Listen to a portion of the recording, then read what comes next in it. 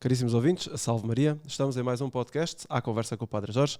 Padre Jorge, salve Maria. Salve Maria, São Paulo. Desta vez o Padre Jorge escolheu aqui um tema muito interessante. É o tema que as pessoas pedem. E por acaso as pessoas fazem muitas perguntas. Sim, bastante. Que é sobre o purgatório. A Igreja determinou, digamos assim, festas especiais, até para os santos, que são desconhecidos. Inclusive há uma festa especial durante o ano, que é os fiéis defuntos, para tratar só sobre estas almas que merecem uma atenção especial. Entretanto, como gera muitas dúvidas, as pessoas querem se aprofundar no que é o purgatório, como se podem ajudar estas almas.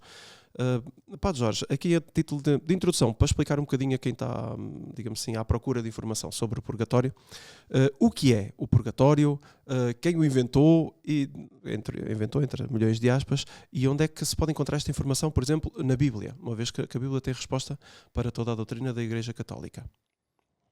Bom, a primeira coisa é que, de facto, o tema é muito interessante e é tal e qual como o senhor estava a dizer. Claro, a Bíblia tem uma resposta para toda a doutrina, mas a Bíblia não tem tudo explicitamente lá colocado. Há certos temas dos quais nós, se formos pegar a Bíblia, os quais nós não encontramos na Sagrada Escritura, assim de uma forma explícita. Por exemplo, a noção pecado original não está na Bíblia.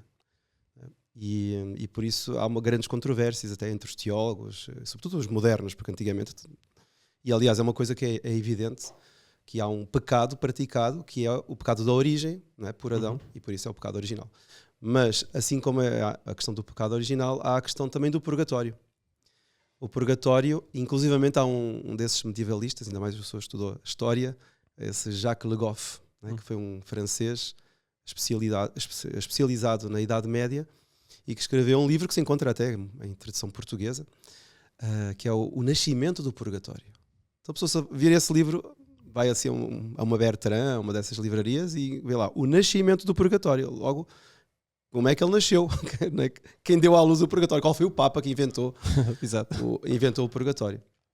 E, de facto, o Purgatório, claro, é um dogma da Igreja, é de fé, a pessoa deve acreditar no purgatório. Infelizmente, isso agora tem de se dizer as letras todas, há quem nega o purgatório mesmo dentro da igreja. Eu lembro uma vez, uma senhora num retiro, falou-se en passant do purgatório e a senhora pediu a palavra e disse: Padre, mas o purgatório, isso existe?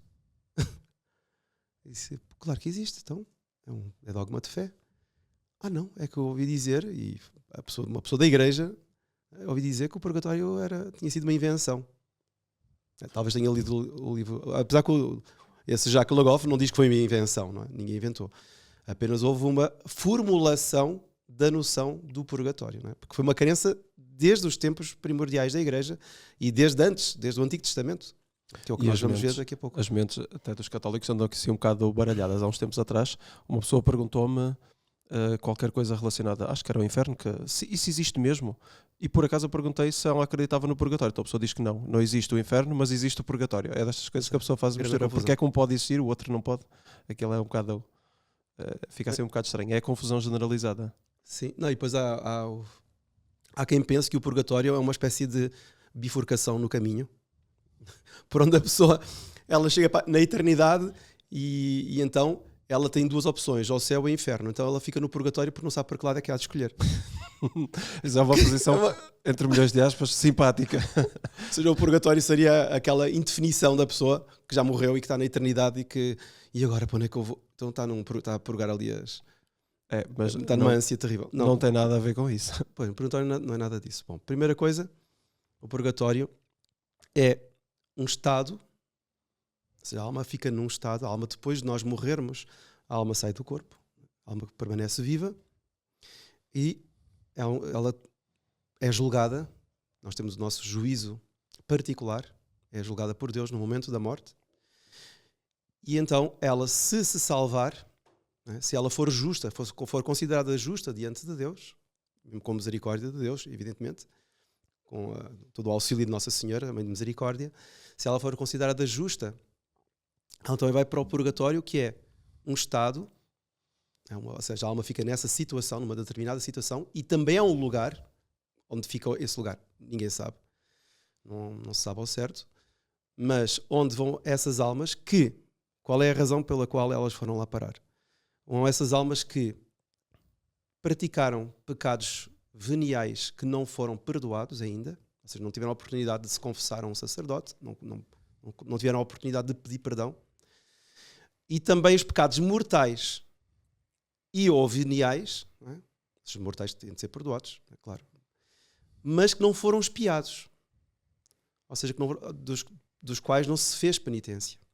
Então, por causa disso, porque ficou digamos, uma espécie de arresto, ficou uma marca, então a pessoa tem de passar pelo purgatório para se purificar, lá está. E por isso é que a palavra purgatório, daí o nascimento do purgatório, né, do Jacques Le Goff. O que é o nascimento do purgatório? É que, se nós pegarmos nos textos dos primeiros padres da Igreja, eles acreditam no purgatório, porque é impossível que Deus, sendo justo, não tenha criado o purgatório. Claro, mas não está na Bíblia. Vamos ver daqui a pouco, não é? Já vamos ver.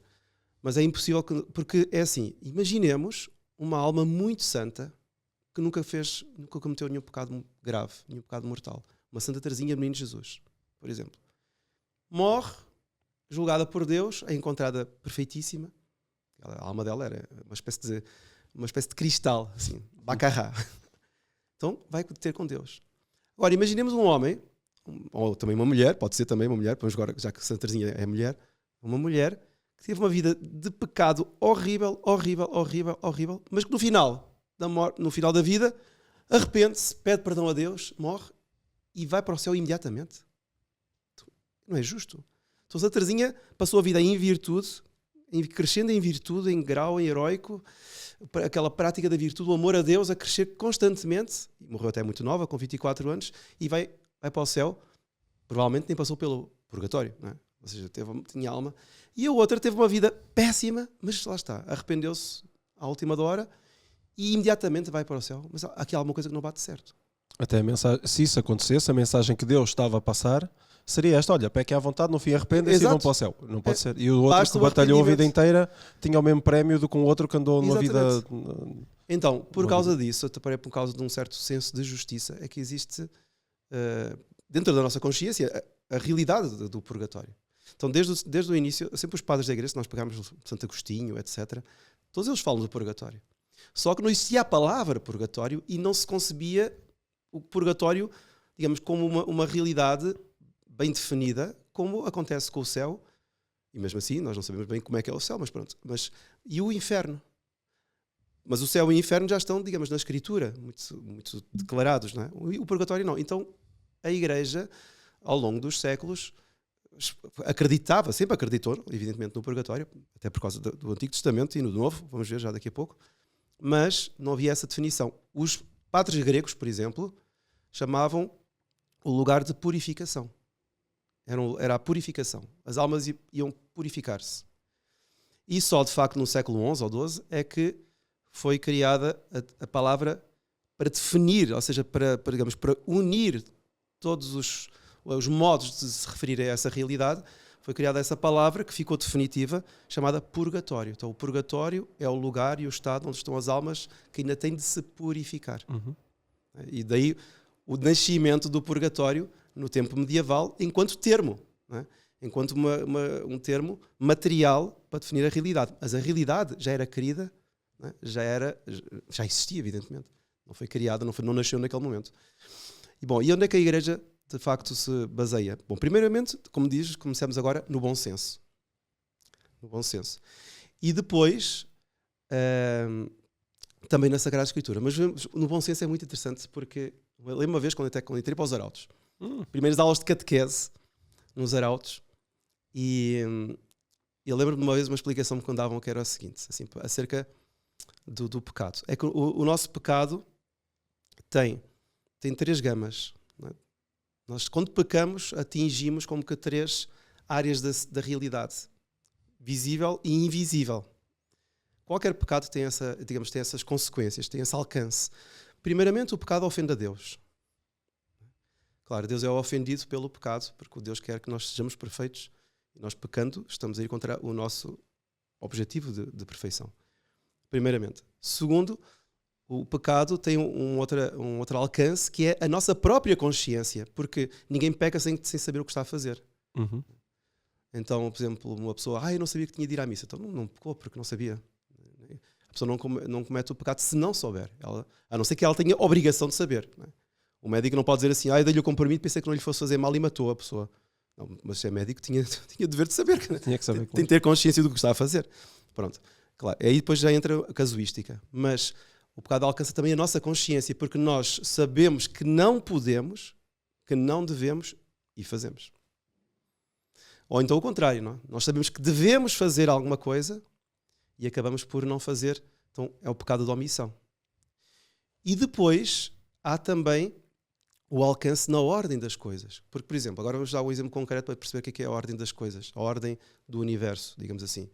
É que quando a pessoa peca, por exemplo, do roubo, ela roubou, o ladrão roubou o banco. Não é? Roubando o banco, está a ofender a Deus, porque está a cometer o pecado, não é, contra um dos mandamentos. Não é? No caso, concretamente, contra o 7º mandamento. Depois, ela está também a ofender a sua própria consciência, porque ela sabe que pecar é roubar, que roubar é pecado. Ela também sabe disso. E depois, ela está a ir contra a ordem das coisas. Porquê? Porque ela está a tirar algo que não é dela. E que o outro adquiriu pelo trabalho, pela honestidade, assim, por mérito. Então ela está a tirar aquilo que não lhe pertence. Logo, ela será obrigada a restituir. O roubo, sempre que a pessoa se arrepende do roubo, ela tem a obrigação depois de restituir. Agora acontece, nós temos Deus, consciência e a ordem natural das coisas. Claro, há certos pecados que pensamos assim, mas que há outros pecados que não têm nada a ver com a ordem natural. Tem, já vamos ver. Então, quando nós nos arrependemos do nosso pecado, o que é que vai acontecer? Ajoelhamos, não é, no confessionário, pedimos perdão, por intermédio do sacerdote, pedimos perdão a Deus, o sacerdote absolve, Deus perdoa. E Deus perdoando, essa ofensa a Deus desapareceu completamente. Deus perdoou totalmente. Consciência. Nós estamos arrependidos. Ai meu Deus, que estupidez, que loucura, o que é que eu fui fazer? Então a pessoa realmente tem um arrependimento, um remordimento da consciência e ela está arrependida. Aqui já é uma coisa também que a pessoa pode simplesmente apagar, porque pode ser um tal arrependimento, um arrependimento perfeito, que aquele remordimento de consciência seja totalmente, digamos, desapareça completamente da alma dela. É o que acontece na confissão, não? São as duas coisas contra Deus e contra a própria consciência.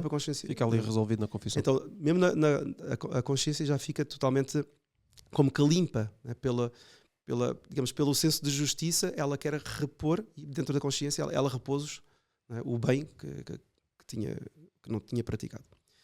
Bom, e o terceiro ponto, que é a tal ordem natural das coisas. É que na ordem natural, por exemplo, se a pessoa roubou e morreu, como é que vai devolver? Não é? Como é que vai restituir? Como é que vai restituir? Então, ou então a pessoa falou mal, como é que ela vai restituir? Então, isto é o que se chama de pena temporal. Então, a pena temporal, digamos, são os aspectos, digamos, práticos de consequência do pecado.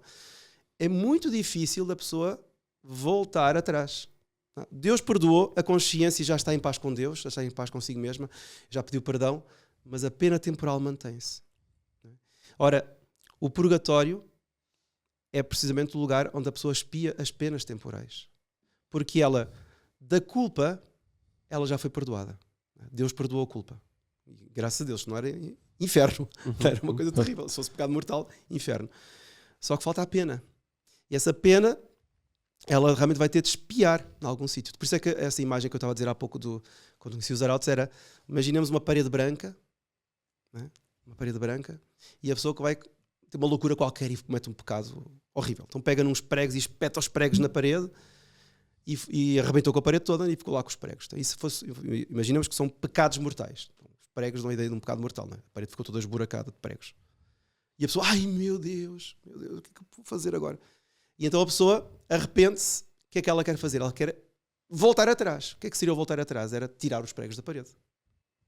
Tirou os pregos da parede e ela, graças a Deus, já consegui, digamos, repor. Só que falta o resto, não é? Falta a parte temporal. É que a parede ficou com os buracos. Ficou toda desburacada. Ficou toda esburacada. E às vezes a pessoa não consegue arranjar a parede. a pessoa não consegue arranjar a parede, é muito difícil. E então a pessoa no purgatório vai ter realmente, Deus, Nosso Senhor, vai ajudar a pessoa a arranjar tudo. Claro, há coisas que não dá para arranjar, que ficam aqui na Terra por fazer, mas o mal que a pessoa fez tem a sua réplica, digamos assim, no purgatório. E é uma coisa que eu tenho aqui um livro da Maria Sima, que foi uma vidente austríaca, uma camponesa muito simples, e que teve muitas aparições ao longo da vida das almas do purgatório. Isto é um livro de entrevista, onde uma religiosa lhe faz uma série de perguntas. E ela me faleceu em 2004. E esta Maria Sima dá uma ideia, pergunta, mas como é que nós podemos conceber a ideia do purgatório? E ela diz assim, algo muito interessante, que é teológico, totalmente teológico, apesar dela ser uma camponesa, uma ser super simples. Ela diz o seguinte: imaginemos uma pessoa que tenha tido uma vida assim, normal, digamos, mas que tenha cometido muitas práticas e muitos pecados, e lhe aparecesse Deus diante dela com uma luz tão intensa, que ela começasse a ver a realidade tal qual, digamos, a realidade vista pelo próprio Deus, como é vista pelo próprio Deus. E ela olhava para si, ela primeiro tinha desejo de ir para Deus, mas olhava para si e aí perceberia que a vida dela não estava condigna com a visão de Deus. E então ela ficaria assim, eu quero ir para Deus, mas eu não posso ir assim para Deus. Eu quero me purificar. Eu preciso me purificar. E então ela faria de tudo para tirar todas as manchas de pecado que, digamos, que lhe impossibilitariam de ir para Deus naquele momento, porque ela própria reconheceria. E isso é o que diz a Igreja acerca após a morte, e quando a alma vai para o purgatório, Deus empresta a sua própria visão, chamada a ciência infusa, por onde ela percebe tudo o que fez e tudo o que deveria ter feito. Então Deus empresta-lhe, não é que Deus lhe empresta a sua própria consciência divina, a inteligência divina, não é isso. É que uma luz de Deus ilumina a sua inteligência, e a inteligência que foi deformada pelos pecados ao longo da vida é reposta no momento após a morte. E então ela dá-se conta dos vícios, não é, e da contradição de vida na qual ela viveu ao longo dos tempos e da qual foi deformando a sua própria consciência para poder viver no pecado. Porque a pessoa tem sempre de justificar o pecado para viver, enfim, de acordo com a consciência deformada, no caso.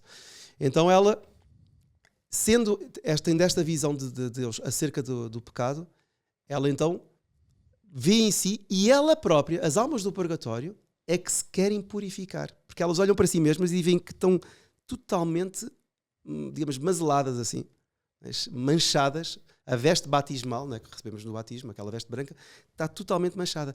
E ela quer purificar-se para poder ir ter com Deus. E ela própria. Quer dizer, e este é um tema que gera normalmente, digamos assim, muita curiosidade, porque as pessoas questionam-se quem é que decide que a alma vai para o purgatório. E pelo que só estava a explicar, a própria alma tem esse interesse. Exato. Em atirar-se, não é Deus que determina, não, já para o purgatório. Não, a pessoa percebe esta discrepância. Essa Maria Sima diz precisamente isso, e aliás, e também vários teólogos, claro, é que a alma quer ir ter com Deus, mas uma vez que ela agora está, digamos, ela é uma fiel defunta, ela agora é uma fiel defunta. Pois, exato. Ou seja, ela pode ter tido uma vida muito má, mas como se arrependeu, ela vai para o purgatório, porque ela está dentro do purgatório porque ela quer ir ter com Deus para o festim da eternidade, mas ela reconhece impura ainda.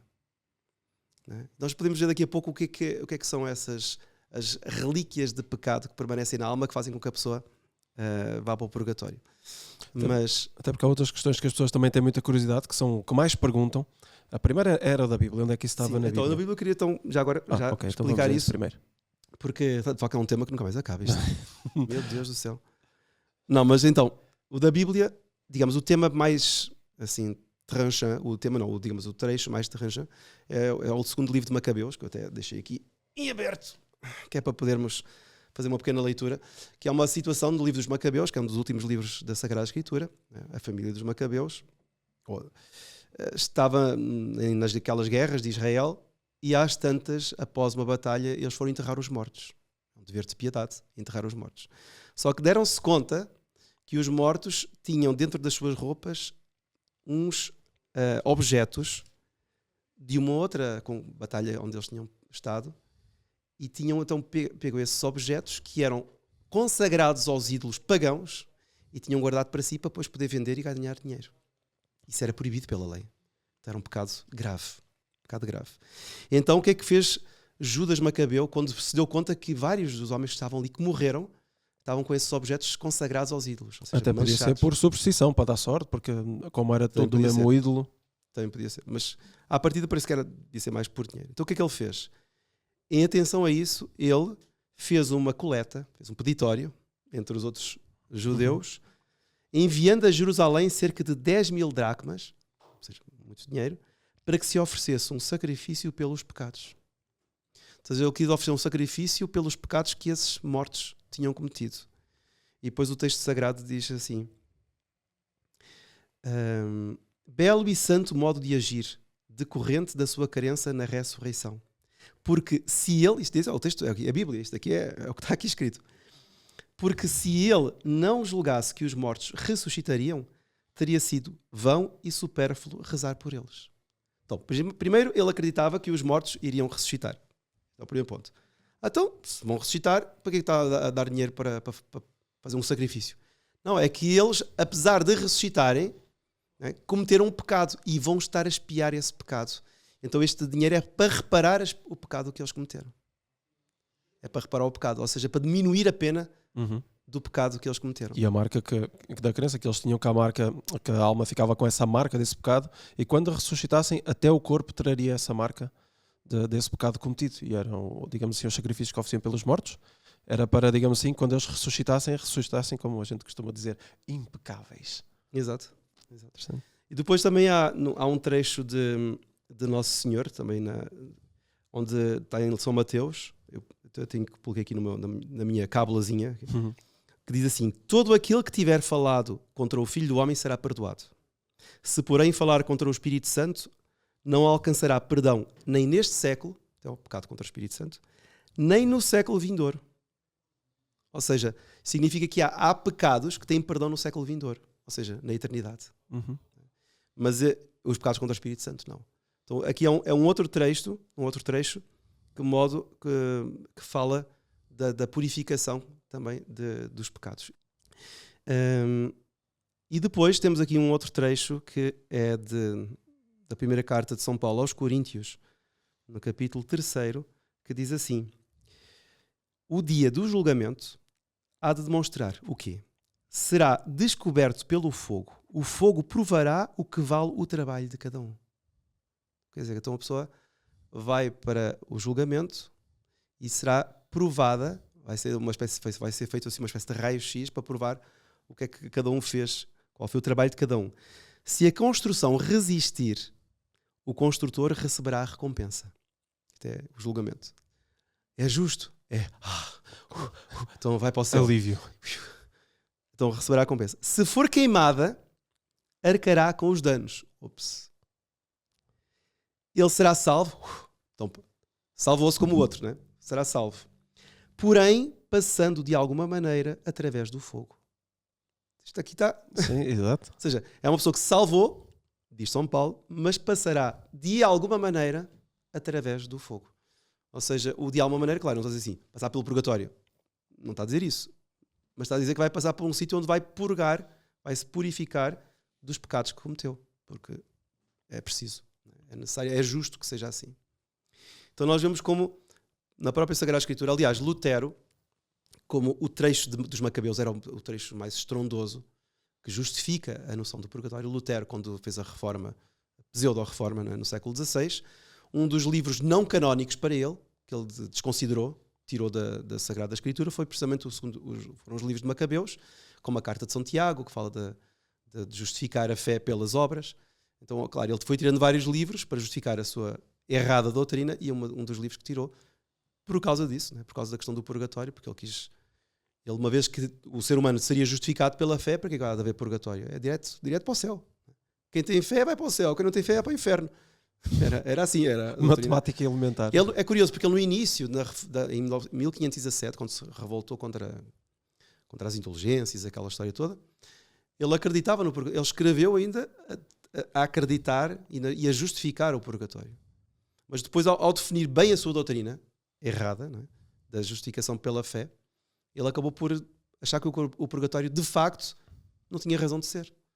Porque uma vez que eu já vou ser salvo porque tenho fé e as obras não comprovam nada, então pronto, então o purgatório não está ali a fazer nada, então acabou por desconsiderar o purgatório e por isso teve que tirar alguns livros da Bíblia que faziam menção indireta, justificar menção indireta ao purgatório. Para justificar a doutrina. Padre Jorge, entretanto, há aqui outras questões também que as pessoas têm algumas dúvidas, que é, o que é que se passa afinal no purgatório? Porque, como é fogo, como São Paulo diz, a pessoa cai ali no fogo, mas o que é que ela queima? Que tipo de penitências é que existem? Como é que ela faz, digamos assim, este purgar? Agora esqueci da palavra que só usou há bocado, que não é o devolver, mas é... Pronto, não interessa. Não me recordo também da palavra. Isso é secundário. Então, digamos assim, a pessoa, ela cai lá, então imaginemos que foi roubo. A chama só queima a mão. Se for assassínio, só queima a mão com que ele deu o tiro. Exato. É assim? Não. Então, o que acontece é o seguinte. Bom, já para explicar um pouquinho também sobre a doutrina do purgatório. Há pouco que estávamos a falar aquele exemplo da parede, né? Foi esburacada pelos pregos. É que o que acontece é que quando a pessoa comete um pecado, vamos dar o exemplo do roubo, por exemplo, ou da bebida. Agora vamos dar um outro exemplo. Imagina um homem que tem tendência para se embriagar, né? Tem o vício da embriaguez e não consegue passar um dia, 2 dias sem tomar uma boa... ficar borracho, como diziam os espanhóis, não é? Uhum. E o que é que vai acontecer? É que ele chega, por exemplo, no final da vida, a esposa rezou muito por ele, etc. Ele arrependeu-se e de facto confessou aquilo ao padre. O padre, olha, passei a vida a embriagar-me, ficava fora de mim, até cometi vários pecados, dizia palavrões, fazia por causa disso. Estou arrependido. Tá bom. Então vamos absolvê-lo, vai ficar tranquilo, Deus não se o perdoa. Tá bom. Só que o que acontece? Ele morreu e arrependeu-se pouco tempo antes. Toda a vida dele foi, digamos, os seus sentimentos estavam voltados para a bebida. Se ele, apesar de se ter confessado, passasse ao lado de uma garrafinha, se ele passasse, certamente ele ia ter aquela ânsia, ia fazer de tudo para não tomar, porque ele agora estava arrependido, mas ele ia ter a tentação para beber. Voltar ao vício. Ora, e o que é isso? Isso são as chamadas relíquias de pecado. Relíquia peccati, diz a escolástica. Ou seja, o fato da pessoa ter-se viciado num defeito, no caso da embriaguez, deixou o organismo e a própria consciência defeituosa. Por onde a pessoa não consegue ter uma certa indiferença. Eu gosto de beber, bebo por necessidade, pronto, e bebo até por gosto, mas o nome dali é aquela sofreguidão. Ora, eu, ao ir para o purgatório, eu não posso ir para o purgatório e de repente vou para o céu e no céu fico com vontade de beber uma garrafinha de vodka ou de um bom vinho, né? Porque estou diante de Deus com vontade, quem me dera agora, estou com uma tentação de beber, pegar um garrafão de 5 litros. Não. Quer dizer, então a pessoa tem de se purificar dessas relíquias de pecado. Digamos, é uma purificação da parte do sentimento da pessoa, das emoções da pessoa que foram estragadas. E depois há outras coisas também. Muitas vezes a mentalidade da pessoa, melhor, muitas vezes não, também a mentalidade da pessoa tem de ser purificada. Imaginemos uma pessoa que desconsiderou a religião durante quase toda a vida. Deus não dizia nada para ela. Mas para ela, no final da vida, arrependeu-se e foi para o céu. Ou veio para o purgatório, pronto. Só que ela tem uma mentalidade totalmente mundana. Ou seja, ela nunca quis saber de Deus para nada. Nunca soube que havia um primeiro mandamento que lhe mandava cumprir com Deus um culto que é devido a Deus, porque Deus é o nosso Criador. Ela não queria saber nada disso. Ela vivia a vida dela com uma mentalidade totalmente mundana. Ora, essa mentalidade mundana, esse estado de espírito mundano, mas houve arrependimento. Tá bom. Mas o estado de espírito mundano não vai para o céu. Então a pessoa vai para o purgatório e vai limpar todos esses escolhos, assim, essas matérias, digamos, aí no caso é a mentalidade propriamente. Né? Essas visualizações erradas que a pessoa visualizações erradas, esses clichês errados que ela foi criando ao longo da vida para justificar a sua vida de meio ateísmo. Mas eu acreditava em Deus. Semi-católico. Apenas não ia à missa, não rezava, não sei quando, não sei o quê. Tinha uma vida. Então, essa mentalidade vai ser também purificada. Agora, como é que é? Pronto, e ainda aí à pergunta que o senhor fez. Como é que é essa purificação? Claro. Dizem os teólogos que a purificação do purgatório, isto aqui de repente vai chocar um pouco assim os nossos ouvintes, mas a purificação do purgatório é semelhante à do inferno. Semelhante, porquê? Porque tem dois âmbitos. É a pena de dano e a pena de sentido. Só que com uma grande diferença, que é o que diz tudo. É que quem está no inferno sabe que não sai de lá mais. Não é? Daqui não sairás. E a própria pessoa ficou presa no seu, digamos, no seu erro. Ela não quereria sair dali. É puxadíssimo. Quem está no purgatório tem a pena de dano. Que significou isso? A pena de dano. Ela está afastada daquilo que lhe vai dar a felicidade. E ela sente então uma ânsia de ir ter com Deus, um desejo de ir ter com Deus, sabe que Deus é que vai preenchê-la totalmente, tem desejo de ir ter com Deus, mas é muito curioso porque vários desses videntes dizem isso. Ela ao mesmo tempo que tem esse desejo e sente uma tristeza de não estar em Deus ainda, ela sente uma alegria em estar a sofrer para se purificar, porque sabe que assim poderá estar de uma forma totalmente justa e totalmente autêntica com Deus. Então ela, ao mesmo tempo que está afastada de Deus e sente essa tristeza, temos essa dor, ela ao mesmo tempo sabe que essa dor está a purificá-la e a torná-la, digamos, digna da presença de Deus. E depois há aquilo que também tem o inferno. Lá está, o inferno tem também a pena de dano. Claro, as pessoas que estão no inferno estão afastadas de Deus eternamente, e as do purgatório estão afastadas de Deus, mas não eternamente. E essa esperança é, digamos, aquilo que lhes faz ter digamos, lhes preenche totalmente. Né? É o saber que, por mais que eu esteja aqui 1 ano, 2 anos, 5, 500 anos, eu sei que irei ter com Deus. E eu quero me purificar, eu quero me lavar, eu quero tirar tudo isto que é indigno de Deus para poder depois estar com Ele por toda a eternidade. Então as pessoas estão, de facto, afastadas de Deus e na ânsia de ir ter com Deus, e têm um fogo, o tal fogo que fala aqui São Paulo, uma espécie de fogo, não sabemos bem como é que é o fogo purificador, que purifica não só as mazelas do corpo, ou seja, as partes mais ligadas aos sentidos, que foram deturpadas pelo pecado, e também purifica esse fogo a parte da alma, ou seja, a parte do espírito que foi deturpado pelos sofismas de consciência, pela deturpação toda que a pessoa... Ela criou mitos, criou, digamos, justificações para poder viver fora de Deus, fora da lei de Deus, viver no pecado. Então esses são os dois aspectos assim de... E no purgatório, as penitências são iguais para toda a gente? Variam de alma para alma? Tem alguma especificidade especial? Aí sim, aí certamente cada alma que está no purgatório, porque claro, Deus é justíssimo. Deus vai dar a cada um e a pessoa vai reconhecer isso, não é? A pessoa não vai estar a purificar contra a sua própria consciência. Porquê que estão a esfregar aqui? Porquê que esta mão está a arder? Não, ela sabe, não, esta mãozinha está a arder mais do que o resto, porque com esta mãozinha você roubou muita coisa.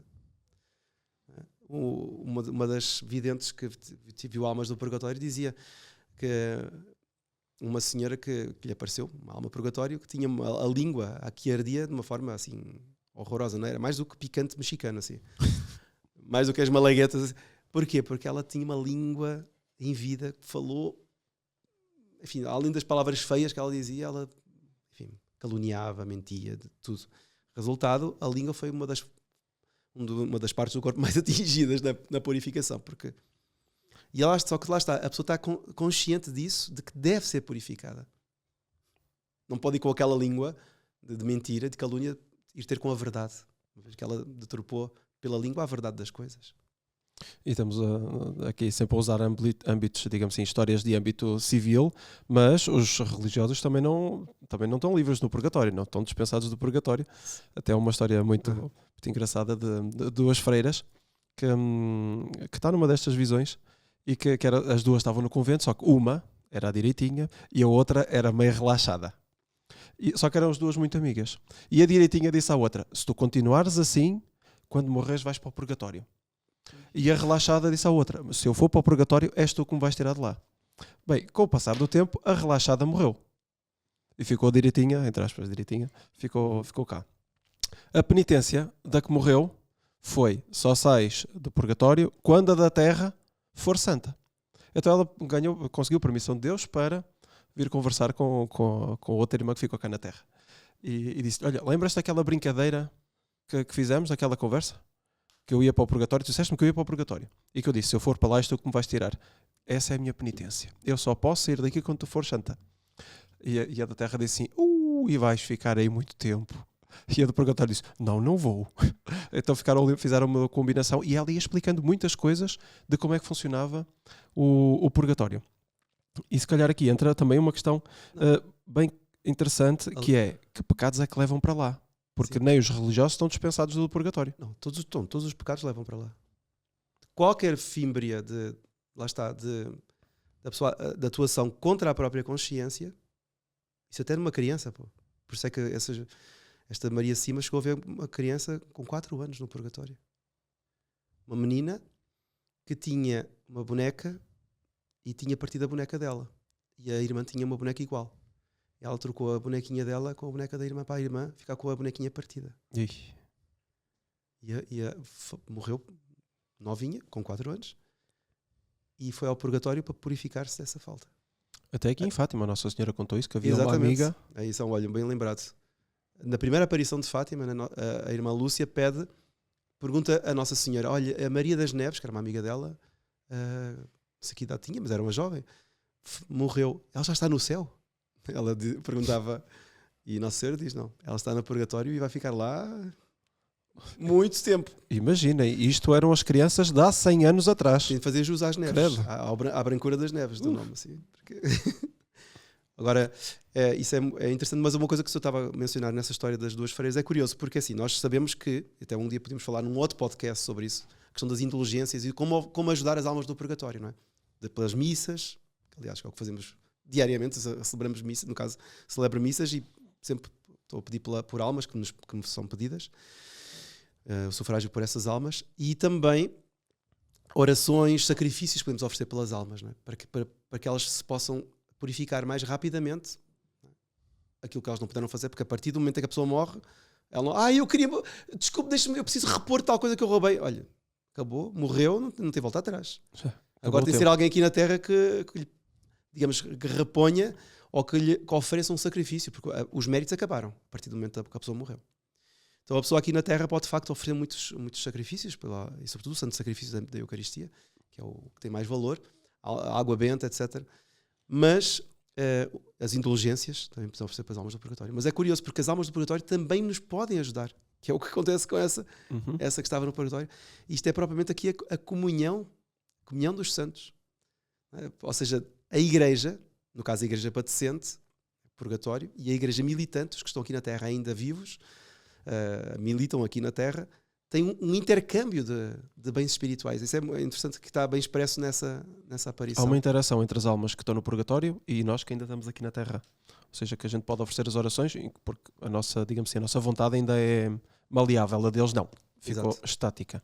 E eles beneficiam-se, e acho que é deste livro, acho que foi isso que me contou, de uma da parte das visões, que as almas do purgatório, quando aparecem, elas são super gratas pelo sacrifício que fazem, pelas orações, e até às vezes até põem desafios. Olha, faz-me tal coisa, vais-me ajudar no purgatório e vais ver o quanto as almas do purgatório são gratas pelo bem que nos fazem.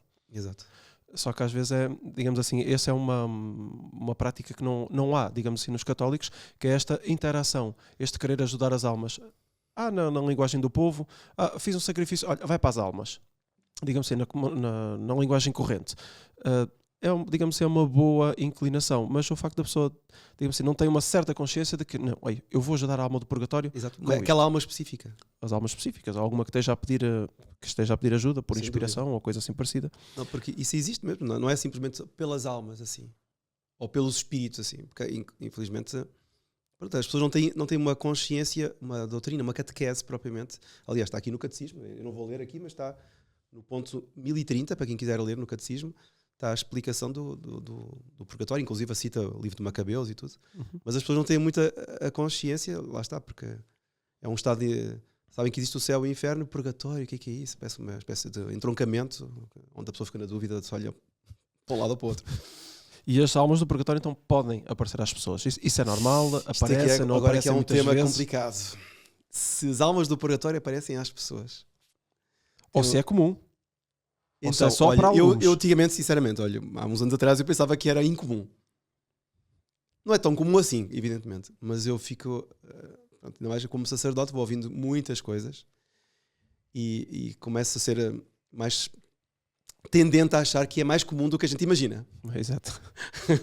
Porque, por exemplo, esta Maria Sima, que falei há pouco, faleceu em 2003 ou 2004, desde 1940 e não sei quantos, ela via almas do purgatório. As almas, por desígnio de Deus, não é que ela invocava as almas, isso é pecado. Não é? Os espiritistas, não é?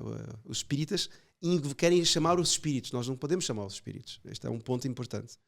Mas, no caso dela, as almas começaram a aparecer. Ela conta que a primeira vez ela estava no quarto a dormir e de repente ouviu pressentiu alguém dentro do quarto e era alguém que andava de um lado para o outro. Saía do quarto, entrava no quarto, saía do quarto. Ela era menina, não, já tinha 20 e tantos anos. E ela, por favor, você quer alguma coisa? E a alma não dizia nada. Entrava, dava meia volta, saía, entrava, saía. Até que às tantas ela levantou-se e aproximou-se. E quando tentou agarrar a pessoa, não conseguiu. Ups. Que filme todo. Aí voltou para a cama. E então disse, por favor, saia daqui. E então depois foi ter com o sacerdote, com o pároco dela, um padre austríaco também, e disse, o padre disse assim para ela, você não devia ter perguntado o que é que você está a fazer aqui. Ou seja, o padre tinha fé, não é? Isso claro. é uma coisa importante. Mas o padre disse, você devia ter perguntado outra coisa. O que é que você precisa? Porque se ela apareceu, é porque ela está a precisar de orações. Então ela, da vez seguinte, a alma apareceu novamente e ela perguntou, o que é que você precisa? Já ajustou o discurso. E a alma parou e olhou para ela e disse, peço que reze 3 missas por mim. Então era a alma do purgatório a pedir orações. Só que ela precisava que lhe confrontassem com essa pergunta. O que é que precisa? Então, as almas aparecem. Eu já conheci casos. Conheci uma família, por exemplo. Pai, ou seja, um casal e os filhos. Aqui em Portugal. Aqui numa certa região de Portugal. Uma região assim de interior. Que a senhora dizia que até com uma certa preocupação. Porque ela dizia, eu não sei porque que é isto. Eu sei que são almas do purgatório. Não são seres infernais nem são do céu. Mas aparecem-me constantemente a mim, ao meu marido e até aos meus filhos. Os meus filhos saem para a escola, vão sempre para uma determinada rua, uma rua assim, campo, com algumas casas dispersas, e no caminho eles vão vendo almas do purgatório, paradas à beira do caminho. Não veem as fisionomias. Algumas reconhecem por uma iluminação interior, sabem que é tal pessoa, mas não por verem a fisionomia. Aliás, é comum que quando aparecem as almas do purgatório não se vê bem a fisionomia delas. Mas a pessoa reconhece, é curioso. Se conheceu a pessoa, reconhece-a. Uhum. E então ela perguntava isso, mas porquê? Disse, olha, algum desígnio que Deus tem a seu respeito. Claro, nós não podemos chamar as almas, invocar os espíritos, não é? Tipo, para que os espíritos venham sobre mim, então eu fico... tipo, os espíritas fazem. Mas se as almas aparecem, o que é que elas estão a fazer? Elas estão a pedir orações. E se você... Então você deve oferecer então, essas orações por ela e por elas, no caso. Inclusive um parente, que ela depois já contou, um parente aparecia muitas vezes dentro da própria casa, certamente a pedir orações. Há uma outra religiosa não, foi uma princesa, também que teve muitas aparições do purgatório, chamada Eugénia von der Leyen, faleceu em 1920 e tal, eu tenho aqui anotado, 1929. Faleceu. Durante um período ela teve aparições, ela era princesa da família Tournon Taxis, assim, uma princesa, uma família bastante importante na Europa. E ela durante um período teve aparições e um dia perguntava, mas porquê vocês me aparecem tanto? E eram almas assim, com figuras mais diversas. E ela dizia, não é que nós tivemos permissão de Deus para vir ter consigo para que você reze e ofereça sacrifícios por nós. Então ela passou o resto da vida, ao final da vida, a oferecer sacrifícios e a rezar pelas almas do purgatório e a mandar celebrar missas e pelas almas do purgatório por desígnio de Deus. Ou seja, quando aparecem as almas, não é Já uma pessoa não deve, pode ser que as almas apareçam porque a pessoa invocou os espíritos. Isso realmente é pecado, está indicado na Escritura que é pecado. Não podemos invocar os espíritos, as almas. Mas quando elas aparecem, e se nós não temos assim um medo, nós percebemos que, então, é que são almas do purgatório, devemos rezar por elas. E aqui cabe bem uma pergunta que já várias vezes fizeram: como é que a gente ajuda essas almas? Tantas, digamos assim, se aparecer, a gente já sabe que é para rezar. Aliás, é um ímpeto natural, a pessoa começa logo a rezar. Mas imaginemos que há almas do purgatório que não aparecem, mas que mesmo assim precisam da ajuda da pessoa, ou de uma pessoa, ou porque está ligada por alguma razão, por desígnio divino, está ligada à pessoa. E como é que a gente ajuda essas almas que precisam de nós? Então, como já disse, estou pelas missas, orações.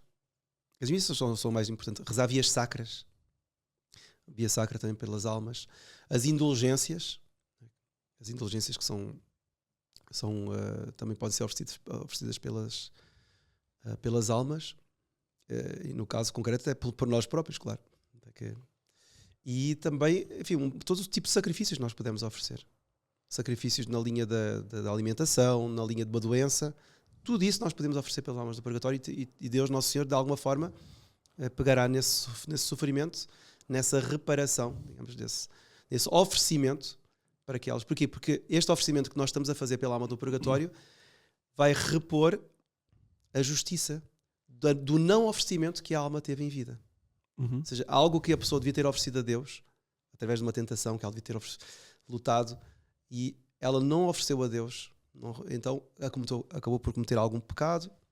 Resultado, essa falta vai ser reparada pelo algum oferecimento no purgatório, ou por nós aqui na Terra, que oferecemos esse sofrimento por essa alma, ou pelas almas, assim, de modo geral.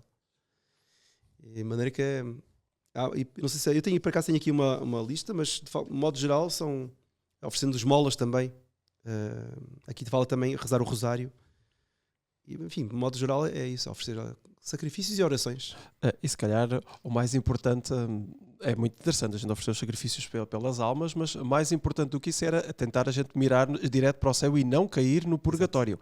E isso é capaz de ser aqui um tema importante. O que é preciso fazer para evitarmos ir para o purgatório? Quer dizer, cada um é livre de, digamos assim, fazer a mira para onde quiser.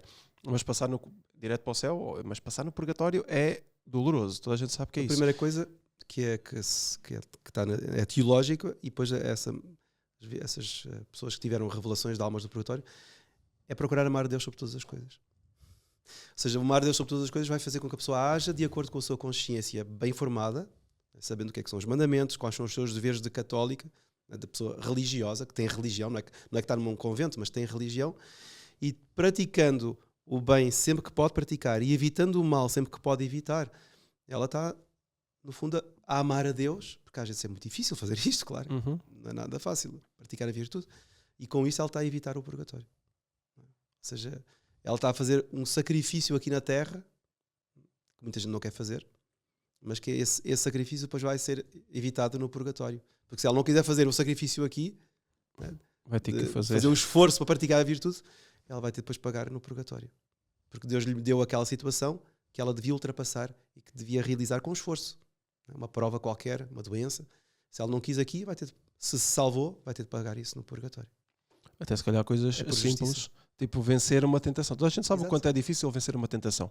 Mas o vencê-la, a pessoa já ganhou ali digamos assim, uma linha reta para o céu, e que não vai passar no purgatório de certeza absoluta. Só que é um tipo de luta, um tipo de sacrifício que é custoso. Houve santos, por exemplo, que passaram pelo purgatório coisas mínimas, mas é histórico, né? Chegaram a passar pelo purgatório até santos. E pensa, quem sou eu para dizer assim, eu o purgatório alguma vez? Quem eu sou? Imagina, se santos passaram pelo purgatório, imagina porquê? Porque a justiça de Deus é muito mais, claro, meticulosa. Mas Deus é tão mesquinho assim. Não é que Deus é mesquinho, Deus é justo. E olha que Deus leva muito mais almas para o céu do que até que imaginamos. Porquê? Porque por causa da misericórdia e porque deixou-nos a sua própria mãe. Mas tudo aquilo que nós temos de reparar, nós teremos mesmo de reparar. E vai ser até, porque não é contra a nossa vontade, é que nós estaremos conscientes de que temos de reparar. Nós não podemos ir para o céu, assim como não podemos ir para uma festa de casamento, não é uma grande festa, com um traje extraordinário com uma manchinha. Desculpa, eu tenho que tirar esta mancha daqui, eu tenho vergonha. Não é? Assim, a pessoa vai ter vergonha de ir para o céu com a mancha. Mas foi uma coisinha de nada. Tá bom. Mas ela vai estar consciente que não pode ir com aquela mancha. E as pessoas Ela vão está notar consciente. mais aquela mancha do que propriamente o traje que ela tem. É mais ou menos, se calhar, o que acontece quando a pessoa morre e tem a visão de Deus, não? Exato. Ela vai notar aquela mancha com muito mais clareza. Sou padre, e se calhar hoje já ficámos por aqui. E pedimos a sua bênção e também especial pelas almas do purgatório e também vamos estimular as pessoas. Exatamente. Vamos tentar. Enfim, desejamos com isto para já esclarecer um pouco a doutrina da Igreja acerca do purgatório e também fazer com que nós tenhamos mais convívio, nesse sentido, no bom sentido, com os nossos antepassados, sabendo que, tendo morrido na graça de Deus, estão talvez no purgatório, então que rezemos por eles, que ofereçamos sacrifícios, e eles também, pois, como a freira, eles também podem depois ajudar-nos e ajudam-nos mesmo. Há muitos casos, enfim, não houve oportunidade de lhes contar aqui, de ajudas de almas do purgatório para pessoas daqui da Terra. Ficará por uma outra oportunidade. Mas vamos pedir então a bênção de Deus e para que a Nossa Senhora conceda a cada um não passar pelo purgatório, que é o primeiro ponto, tentar ir diretamente para o céu, mas se for necessário, pelo menos reconhecer que lá é um lugar ótimo para nos prepararmos para o céu. por mais que doa. Então vamos pedir a bênção de Deus Nosso Senhor para que tenhamos cada vez mais essa compenetração.